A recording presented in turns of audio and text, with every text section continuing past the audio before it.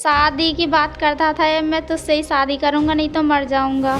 कि मैं मर जाऊंगा अगर फ़ोन नहीं लिया। फिर मुझे मजबूरी में फ़ोन लेना पड़ा। उस दिन भी उसने मेरे साथ बलात्कार किया था। पूरी रात रखी थी। फिर अब तो वो मुझे धोखा ही दे रहा है।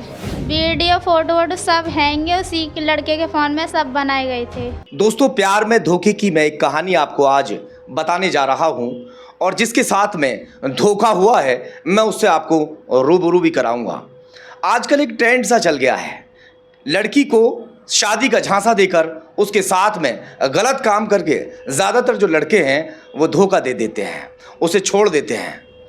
एक इस वक्त पीड़िता मेरे पास बैठी हुई है, उसके साथ भी यही हुआ। पहले उसे शादी का झांसा दिया जाता है, उससे मीठी मीठी बातें की जाती हैं 2 महीने तक अच्छी खासी बात करने के बाद में फिर उसके बाद उसे मंदिर में ले जाकर शादी की जाती है। उसके साथ में एक फर्जी पंडित को वहाँ बुलाया जाता है और वो फर्जी पंडित वहाँ पहुँचने के बाद में उनकी शादी करा देता है। बाकायदा वहाँ पर फूलों की जो मालाएं हैं वो आपस में एक दूसरे के गले में डाली जाती हैं और फिर मन्नी थी सुहाग रात, और वो फिर उसे रात को पूरी रात के लिए लेकर चला जाता है और पूरी रात उसके साथ गलत काम करता है और गलत काम करने के बाद में वो उसे उसके घर पर भी छोड़कर चला जाता है। उसकी माँ जिंदा नहीं है, माँ इस दुनिया में नहीं है। जो पिता है वो बाहर काम करता है, अपनी चाची के पास में रहना सहना है, जिसकी वजह से शायद उसे रात को घर से निकलने में आसानी हो गई। अब बात को किस तरह से दबाया गया, बेटी की इज्जत है, उसको उछाला कैसे जाए, चुप रहना ही परिजनों ने सही समझा। मामला बुलंदशहर के ही एक गांव का है। फिलहाल जो पीड़िता है उसी से पूरी दास्तान सुनेंगे कि आखिर उसके साथ में उसके प्रेमी ने किस तरह से धोखा किया। ये बताइए कि आपके प्यार की जो शुरुआत थी वो कहाँ से हुई और कहाँ जाके अब ख़त्म हुई है? ये मुझे घर के पीछे से स्टार्टिंग हुई है। कैसे?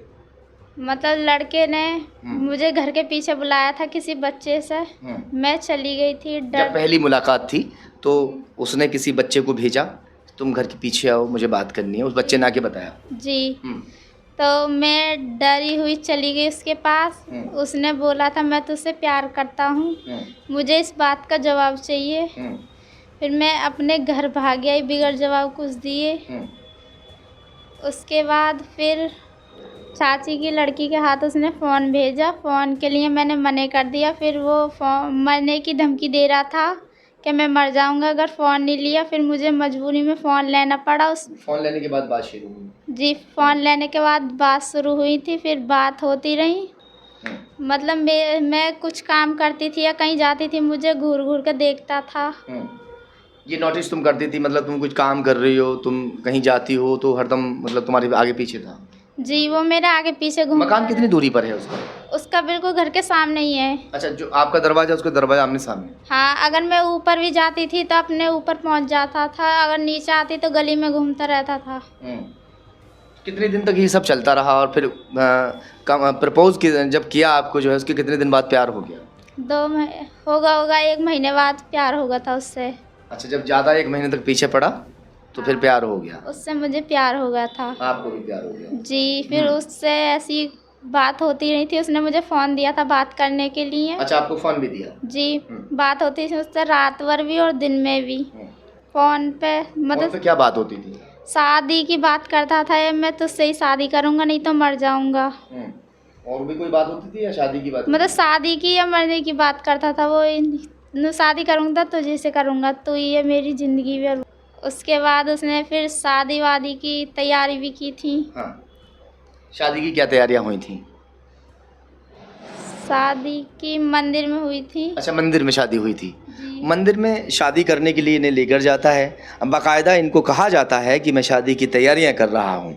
और कुछ कपड़े वपड़े भी ला के दिए थे? नहीं, कपड़े वही थे जो मैं अपने घर से पहन के गई थी। अच्छा, कपड़े वही थे? जी। तो पंडित वंडित को कहाँ से कौन था? पंडित तो कोई अजीब सा था, लगता भी नहीं था जैसे वो हो। अच्छा, जैसे वो हो। जी। फिर वहाँ पे मंत्र वगैरह पढ़ के जैसे अग्नि फेरे होते सब हुए थे? सब हुए थे ऐसे तो। मतलब फूलों की माला वाला सब डाली थी। सब डाली गई? जी। अच्छा, जब तुम्हारी शादी हुई थी मंदिर में उस दौरान वहाँ पर कौन कौन मौजूद थे? उसने अपने दोस्त वोस्त मतलब सब भगा दिए थे। हम ही दो थे और वो पंडित था बस। अच्छा, कोई फोटोग्राफी हुई थी आपस में, जैसे फोटो खींचते हैं, वीडियो बनाते हैं, कुछ ऐसा? वीडियो फोटो वोटो सब हैंगे उसी के लड़के के फ़ोन में सब बनाए गए थे। अच्छा, उसी के पास है सब? उसी के फ़ोन में सब हैंगे। तो जब तुम मतलब फ़ोटो वीडियो सभी सारी चीज़ें तुम हो गई थी, वो अपने साथ ही लेके चले गई, तुम्हें दिखाए थे फ़ोटो वगैरह सब? हाँ मैंने देखे थे उसके फ़ोन में, मतलब वीडियो उसने दिखलाई थी मुझे बना के। कोई गंदी पिक्चर तो नहीं खींची तुम्हारे साथ में? नहीं, ऐसी कोई पिक्चर नहीं बनाई थी, बस यही थी फेरो वेरो की वीडियो फोटो वोटो, मतलब शादी के पूरे सबूत हैं उसी के फ़ोन में है। अच्छा जी, उसके बाद शादी करके मुझे घर छोड़ के गया था। फिर 23 तारीख में मुझे होटल में लेके गया था। होटल में ले क्या जाकर कह के लेकर गया था कि शादी तो हो गई? शादी तो हो गई है, उसने बोला था अब सुहागरात बनाने का वक्त है। उसने होटल में ले जाकर मेरे साथ गलत बलात्कार किया था। तो वहाँ तुम पूरी रात रहे थे होटल में या आ गए थे वहाँ से रात को? होटल में से तो हम आ गए थे।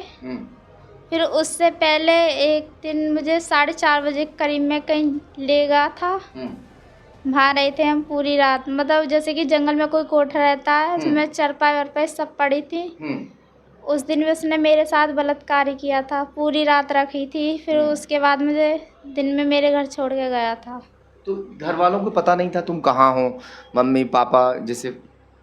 नहीं, किसी को पता नहीं था। वैसे मेरे मम्मी है तुम्हारी? नहीं, मम्मी तो नहीं है, मेरी पापा हैं। पापा बाहर रहते हैं। किसके पास रहती हो आप? हम दादी हैं और चाची इन्हों के पास ही रहते हैं, इन्होंने ही पाला हमें। तो दादी और चाची को पता चला होगा, उन्होंने डांटा नहीं आपको? कहाँ है सारी रात? नहीं डांटा था, लेकिन उन्होंने पूछा था, मैंने बताया नहीं था क्योंकि लड़के ने मुझसे सब बात बताने को मना कर दिया था कि किसी को कुछ नहीं बताना है घर में।